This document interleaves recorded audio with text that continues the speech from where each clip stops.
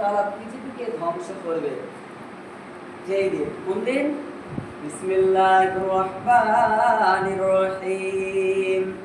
ইযা সুলসিলাতিল আরদু জিলজালাহা, ইযা সুলসিলাতিল আরদু জিলজালাহা।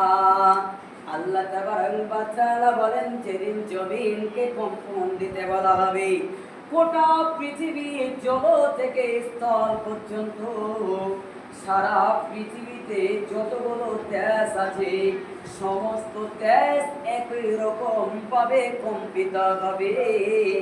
আর কম্পনের কারণে মানুষ দৃষ্টিতে চেয়ে থাকবে। কিন্তু বন্ধুরে, তাফসীর ইবনে কাসির বলতে চাইছেন, পৃথিবীতে এমন একটা যুগ, পৃথিবী এমন একটা জায়গা, হাসিও আছে কান্নাও আছে, হাসিও থাকবে কান্নাও থাকবে, সুখ থাকবে অসুখও থাকবে, সুখ থাকবে দুঃখও থাকবে, হাসি আর হাসি, কান্না আর কান্না, হাসি কান্নাও থাকবে হাসিও থাকবে। এর নাম দুনিয়া। তোমার কেউ মারা গিয়েছে, কেউ এসে তোমাকে সাপোস গায়ে হাত বুলিয়ে বলছে, ভাই রে আজ সে চলে গেছে গেছে, তুমি তো আর এই জন্য পৃথিবীর বুক ছেড়ে যেতে পারবে না, তুমি তো তাকে বাঁচিয়ে নিয়ে আসতে পারবে না। এর কারণে তোমাকে গায়ে হাতে বুলিয়ে বলিয়ে বারবার বলে, যাওয়ার হয়ে গেছে, টেনশন করো না, ওর জন্য তুমিও পৃথিবীর বুক ছেড়ে দেবে।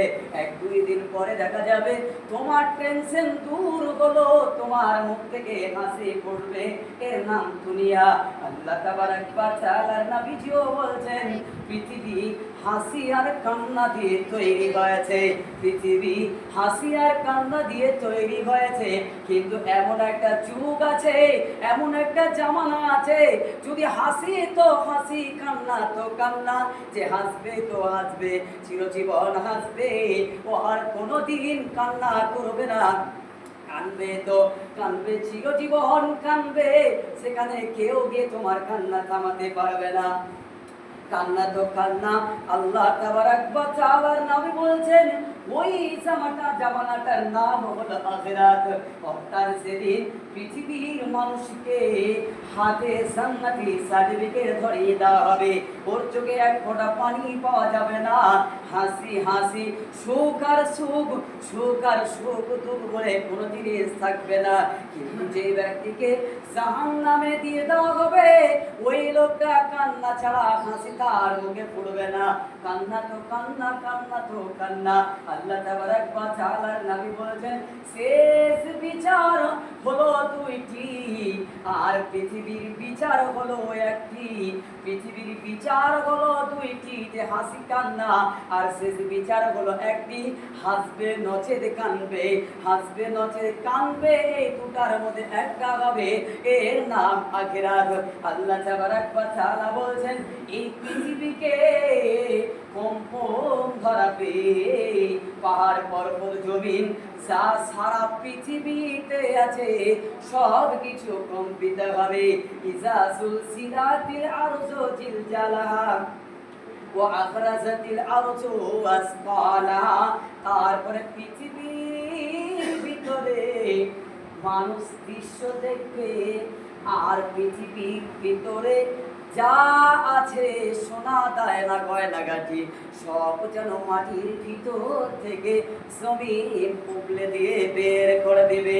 এমন তো অবস্থায় মানুষ ওই দিকে দৃশ্য ফেলবে আর বলবে, অকালাল ইনসানু মা লাগা, এর কি হলো, পৃথিবীর কি হলো, পৃথিবীর কি হলো, পৃথিবীর কি হলো।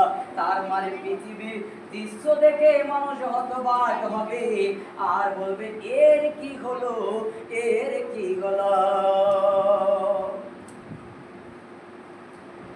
কিন্তু এখন আসামের লোকেরা ঠিক এরকম অনুরূপ বলছে, কি, যাকে ভোট দিয়ে প্রধানমন্ত্রী মুখ্যমন্ত্রী বানালাম, পৃথিবী নবম শাসিত একটি দেশে বানালাম, সেই লোকটা আগের ছবিগুলো দেখবেন, ওই লোকটা মুসলমানের গায়ে গা লাগিয়ে কাঁধে কাঁধ লাগিয়ে ভোট চাইতে এসেছিল, সেই লোকটা আজকে উল্টে গিয়ে তোমাকে দাঁড়াচ্ছে, এখন মানুষ পথে নেমে নেমে নেমে প্রতিবাদ করছে, আমাদের কি হলো, আমাদের কি হলো।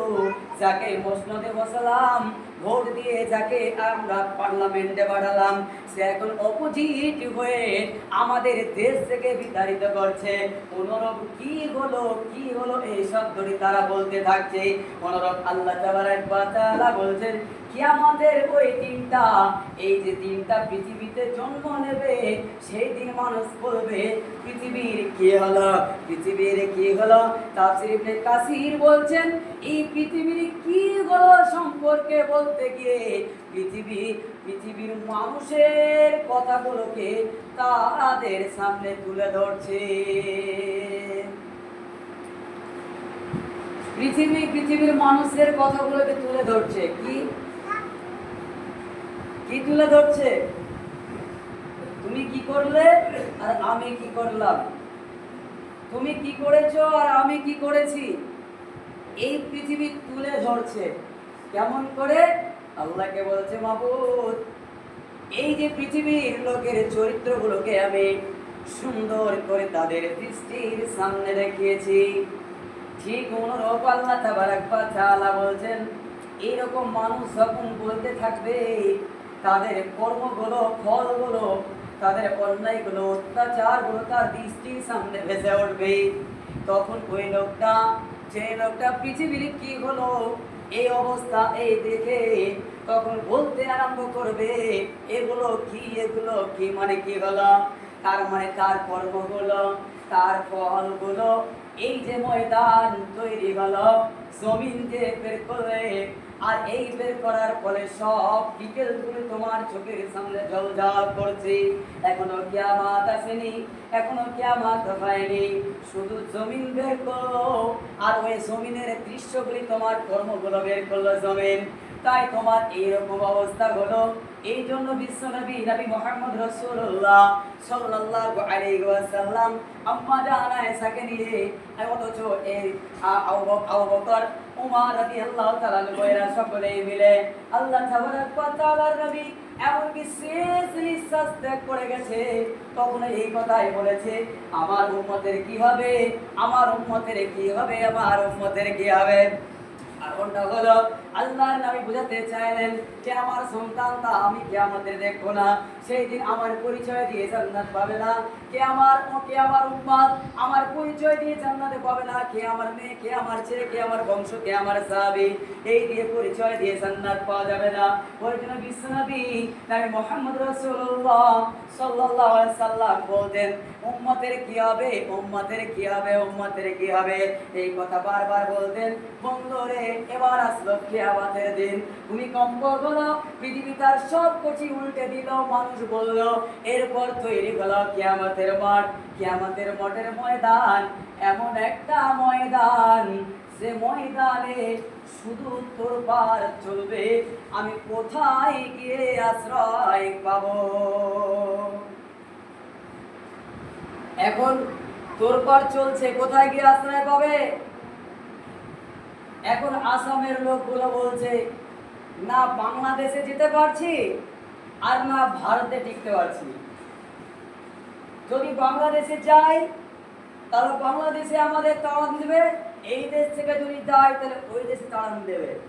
এখন 40 বছর, কেউ 40 বছর, কেউ 35 বছর, কেউ 20 বছরের ডকুমেন্টস দেখালো। এই ডকুমেন্টস দেখিয়ে তাদের কোনো লাভ হলো না।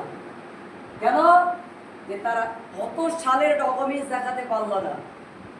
এটি হাদিস বলি, হযরতে আবু হুরায়রা রাদিয়াল্লাহু তাআলা আনহু তিনি বলেন, আল্লাহ তাবারাক ওয়া তাআলা কিয়ামতের ময়দানে যখন কোন লোককে ডাকবেন, যখন কোন লোককে ডেকে আনবেন, ওই লোকটা সবেমাত্র 70 বছর বেঁচেছে, 70 বছরে 50 বছর বিকল চলে গেছে, 50 বছর করে কিছু করেনি। 50-এর মাথায় এসে আল্লাহকে ডেকে বলেছে, আল্লাহ তুমি আমাকে 70 বছর বাঁচিয়েছ, 50 বছর অতিবাহিত করেছি, এই 50 বছর অতিবাহিত করতে গিয়ে তোমার নাম নেইনি। ও আল্লাহ, পৃথিবীতে ওই লোকটা বলে এসেছে 50 বছর তোমার নাম নিতে পারেনি, এখন 20 বছরে আমার আয়ু শেষ করেছো, এই 20 বছরের ডকুমেন্টস তোমাকে দিয়ে দিলাম। পৃথিবীতে ক্ষমা চেয়ে গিয়েছে। আল্লাহ তাবারক ওয়া তাআলা বলবে বান্দা শোন, আমি তো 50 বছরের সব কিছুকে ক্ষমা করে দিলাম, সব কিছুকে ক্ষমা করে দিয়ে এই 20 বছরের খাতাগুলোকে আমি তোমার দেখবো। যেদিন থেকে তুমি আমাকে বিশ্বাস করেছো, যেদিন থেকে তুমি আমাকে ভয় করেছো, 20 বছরের খাতা দেখতে গিয়ে তুমি পাস হয়ে যাবে। কিন্তু 30 বছরের 35-40 বছরের ডকুমেন্ট দেখিয়ে, ভোটার কার্ড, আধার কার্ড, প্যান কার্ড সব কিছু দেখিয়ে সে দলিল দেখিয়েও পাস করতে পারেনি। এমনকি ওদের অবস্থা এরকম হলো। সুতরাং তাই নয়, এখন বর্তমানে আসামের অবস্থা, সব মেয়েরা উলঙ্গ হয়ে প্রতিবাদ জানাচ্ছে। প্রতিবাদ জানিয়ে কোনো কাজ হবে না, প্রতিবাদ জানিয়ে কোনো কাজ হবে না। কেন? তুমি যাকে ভোট দিয়েছ তোমাকে বিবেচনা করার দরকার ছিল। আমি তো একজন মুসলিম, আমি তো একজন মুসলমান।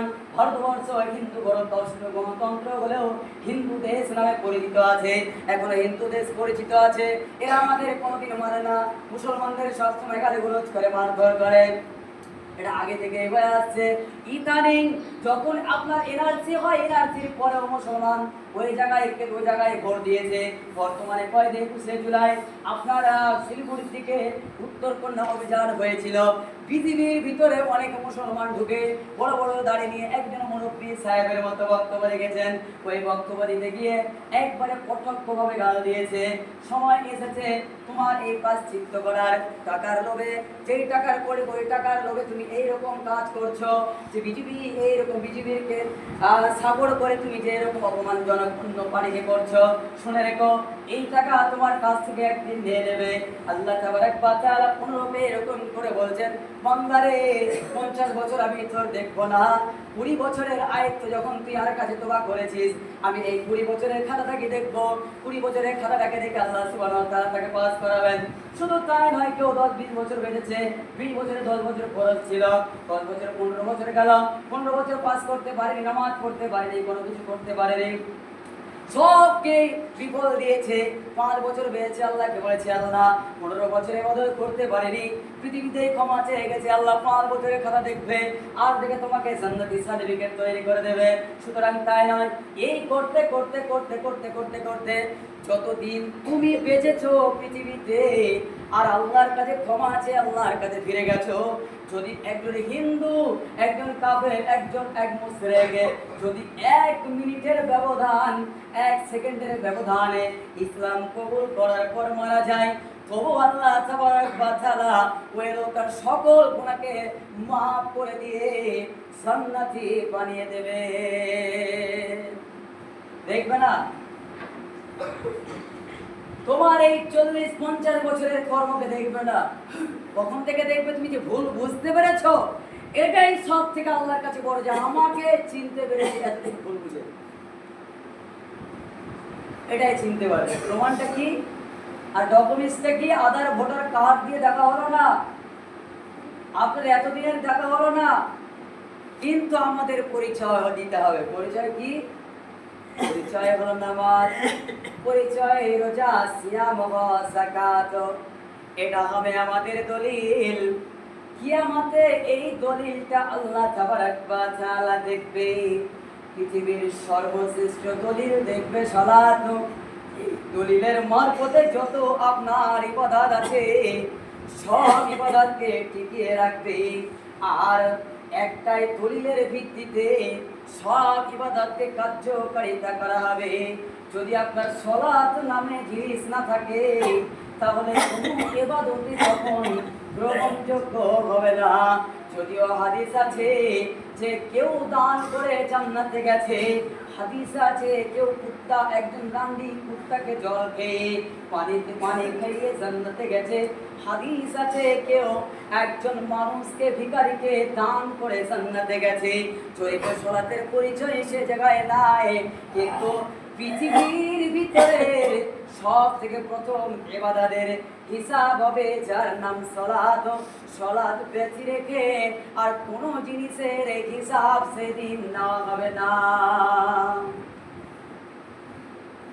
সেই দিন আর কোনো জিনিসের হিসাব নেওয়া হবে না। কেন? সলাৎ এমন একটা জিনিস, এই জিনিসটাই আমাদের সব থেকে বড়। তো আজকে এই বক্তব্যের কয়েকটি কথার ভিতরে কয়েকটি কথা বলি, যে আমরা আসামকে দেখে শিখবই ইনশাআল্লাহ। আমরা আসামকে দেখে শিখব। আপনি ভাবছেন আমার 75 সালের ডকুমেন্টস আছে, আপনি ভাবছেন 70 সালের ডকুমেন্টস আছে, আমার দলিল আছে। যখন আপনার নামে ভুল দেখবে না, তখন বলবে না এই লোকটি ওই লোক নয়। একটা অক্ষরে হেল্প করে দেখবে, বলো না এই লোকটি ওই লোক নয়। অতএব আমাদেরকে সচেতন রাখতে হবে। কি, আমাদের সরকার যতই খারাপ হোক, যতই খারাপ হোক, কিন্তু আমাদেরকে তো উচ্ছেদ করার কথা কোনোদিন বলে না, হবে না। অনুরূপ আমরা ঠিক ওই রকমই করব, যে আসামকে দেখে অন্তত যে আমরা দলবদ্ধ একতা হয়ে সব কাজ করবো তো ইনশাআল্লাহ। একদা আমার তোমার গন্ডগোল, মারামারি, পিটাপিটি সব আছে, সব গন্ডগোল আছে, কিন্তু এই গন্ডগোলটাকে ভোটার জায়গায় ইস্যু করিও না।